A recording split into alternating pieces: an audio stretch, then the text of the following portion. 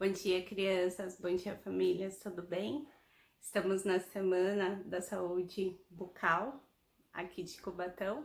Hoje é quinta-feira, é dia de orientação às famílias. Atividade de orientação às famílias. Então, hoje nós fizemos uma entrevista com uma odontopediatra do município. O nome dela é Vanessa Ribeiro Pires Barbosa. Ela é especialista em endodontia e odontopediatria, mestre em odontopediatria pela USP, pela FOUSP e odontopediatra aqui do município de Cubatão.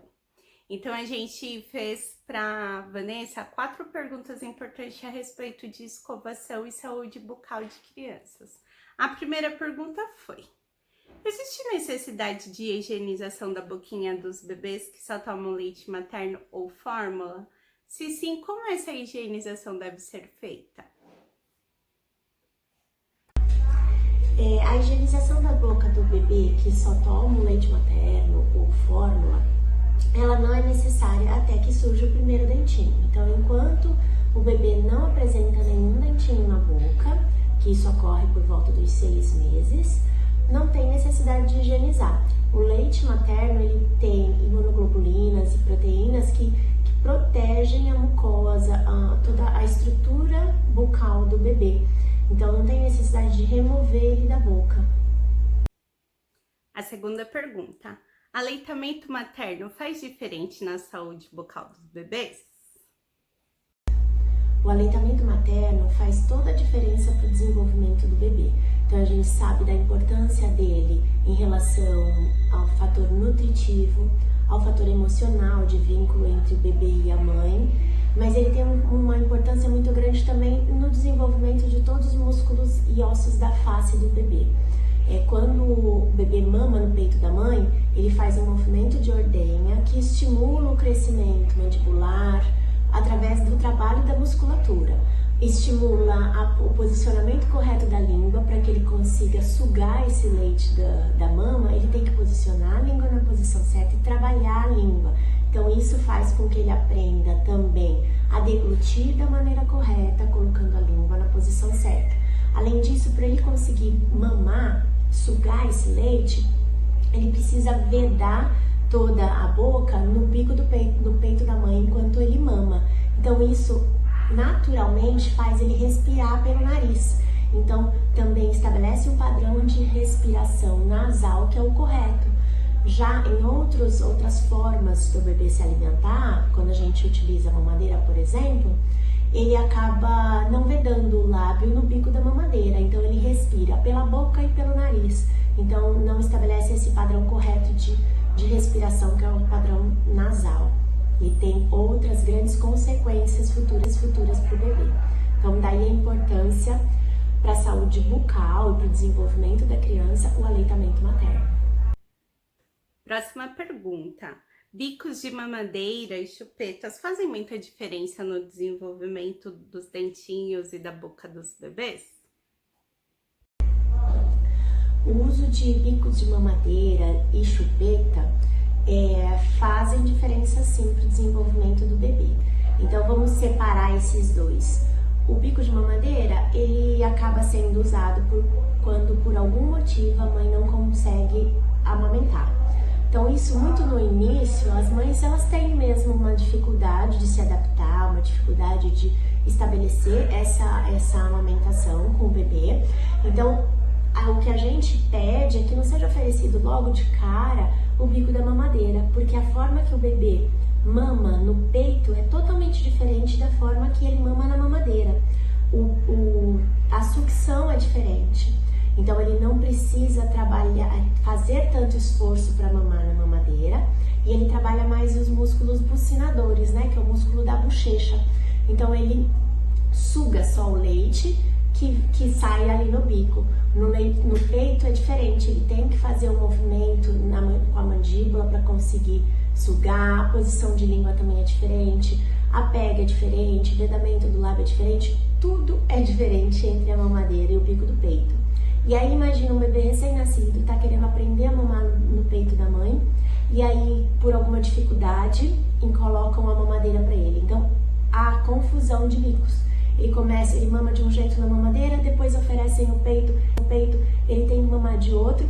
Então, pro bebê se adaptar a mamar, é muito difícil, fica confuso e ele tem dificuldade de estabelecer o padrão certo de mamar, tá?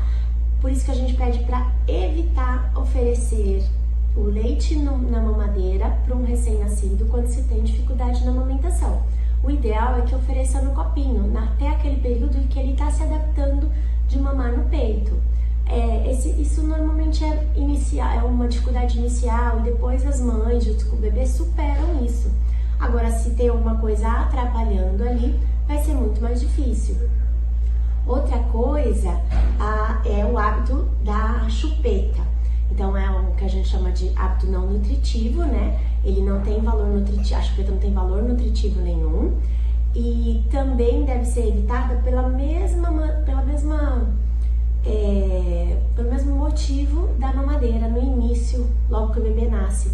Quando você coloca um bico de borracha na boquinha do bebê, ele vai sugar aquele bico de outra forma do que ele suga no peito da mãe. Então isso também dá confusão de bicos e também interfere na amamentação. A criança tem uma tendência a parar de mamar mais cedo quando oferece chupeta.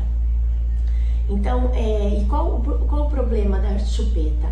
A criança, no seu primeiro ano de vida, o bebê, ele tem uma necessidade natural, uma necessidade fisiológica de sucção. Então, ele precisa sugar mais para satisfazer essa necessidade. E às vezes só no peito da mãe não está sendo o suficiente. A mãe está cansada, a mãe não consegue oferecer o quanto que ele precisa. E aí, por isso que às vezes a chupeta conforta muito o bebê. E os pais acabam optando por oferecer a chupeta. Só que tanto isso de oferecer muito no início, naquele período de adaptação da amamentação, prejudica porque a criança para de mamar. Mas se a gente oferece mais pra frente, já tá mamando bem, então já tá com uns 2 meses, já mama bem, eu posso oferecer a chupeta? Ela também tem malefícios para o desenvolvimento da face do bebê. Então isso tem que ser pesado pelos pais, tá? O que vai acontecer? O hábito de sucção, ele interfere, tem 3 fatores que influenciam o quanto ele vai interferir no desenvolvimento da face, dos dentinhos da criança. A intensidade que esse bebê ou essa criança maiorzinha succiona essa chupeta, suga essa chupeta. Então tem criança que só coloca na boca para dormir, depois no meio da noite já larga, não faz força para sugar. Então, a alteração que vai causar nessa criança vai ser menor do que aquela que suga a chupeta o dia inteiro, fica o dia inteiro com a chupeta na boca e succiona com muita força. Faz realmente uma sucção intensa da chupeta. Então, esse é um dos fatores. O segundo é a frequência. Então, é o quanto essa criança fica com a chupeta na boca o dia todo, ou só para dormir, ou só quando tá enjoadinha. Então a gente tem que controlar, a gente tem a capacidade de controlar esse segundo fator. Talvez o primeiro não, que é a intensidade, porque a criança vai sugar do jeito dela, mas a frequência sim. Então pode, a partir do momento que você optou por oferecer a chupeta, você tem que controlar a frequência. Então não é para deixar o bebê ou a criança maiorzinha com a chupeta quando ela quiser. Então, estabelece regras, e a chupeta é só para dormir, então se você vai brincar, me devolve a chupeta, para criança maiorzinha, né? E o bebê, você tem total controle, você dá a chupeta quando você quer. Quando começaram a usar creme dental e escovas de dente nas crianças? A escova de dente e o creme dental, ela deve ser usada a partir do aparecimento do primeiro dentinho. Então, surgiu o primeiro dentinho da boca, o que vai ser usado para higienização é a escovinha de dente, de acordo com a faixa etária da criança, então de 0 a 2 anos. A maioria das escovas ela tem essa descrição na embalagem de qual a idade que ela é recomendada. Então sempre uma escova de cabeça pequena, com as cerdas macias e planas, todas do mesmo tamanho. Essa é a característica básica de uma escova para um bebezinho. E o creme dental tem que ser usado? Sim, pelo menos em 2 escovações, o creme dental com flúor deve ser usado. não é mais recomendado o uso do creme dental sem flúor mesmo para o bebê. Por que a gente faz essa recomendação atualmente? O risco de cárie é muito maior do que qualquer outro malefício que o flúor pode trazer. Então, a gente sabe o quanto o flúor é importante na prevenção da cárie. Ele foi o principal e responsável pela redução da cárie drasticamente no Brasil dos anos 80 para cá. Então, e hoje a gente sabe que o uso dele no creme dental é a maneira mais efetiva para prevenir cárie, porque ela está associada à escovação, ela está associada à remoção mecânica da placa bacteriana, que é o que causa. Então, a gente está trabalhando de duas formas. Está limpando o dentinho do bebê com a movimentação e com o atrito da escova no dente e está introduzindo o flúor, que é um fator de proteção, tá? Então, pelo menos 2 escovações com creme dental com flúor. E o que tem que se prestar atenção é a quantidade de flúor que coloca. O flúor para o bebê, o creme dental, para ser colocado na escova para o bebê, é um pinguinho de nada. A gente costuma falar que é um grãozinho de arroz cru. Então, imagina um grãozinho de arroz cru, é isso, ou menos que isso, quando a gente fala ou a gente fala também de esfregaço. Em vez de tentar colocar esse grãozinho de arroz na escova, aperta um pouquinho o tubo e só suja a pontinha da escova com o creme dental. Essa sujeirinha de creme dental é o suficiente para ter a quantidade de flúor necessário na boquinha do bebê, tá? Então, a partir do primeiro dentinho, pelo menos 2 escovações com creme dental com flúor e escovar após as refeições principais.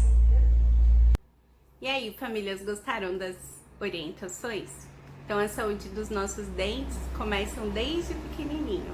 Se por um acaso o filhinho de vocês ou uma outra criança que vocês conheçam estiver com problemas na dentição, visite a unidade familiar, a unidade básica de saúde, o mais rápido possível. Lá eles farão encaminhamento para odontos pediatras disponíveis no município, tá bom? Obrigada, até outro dia.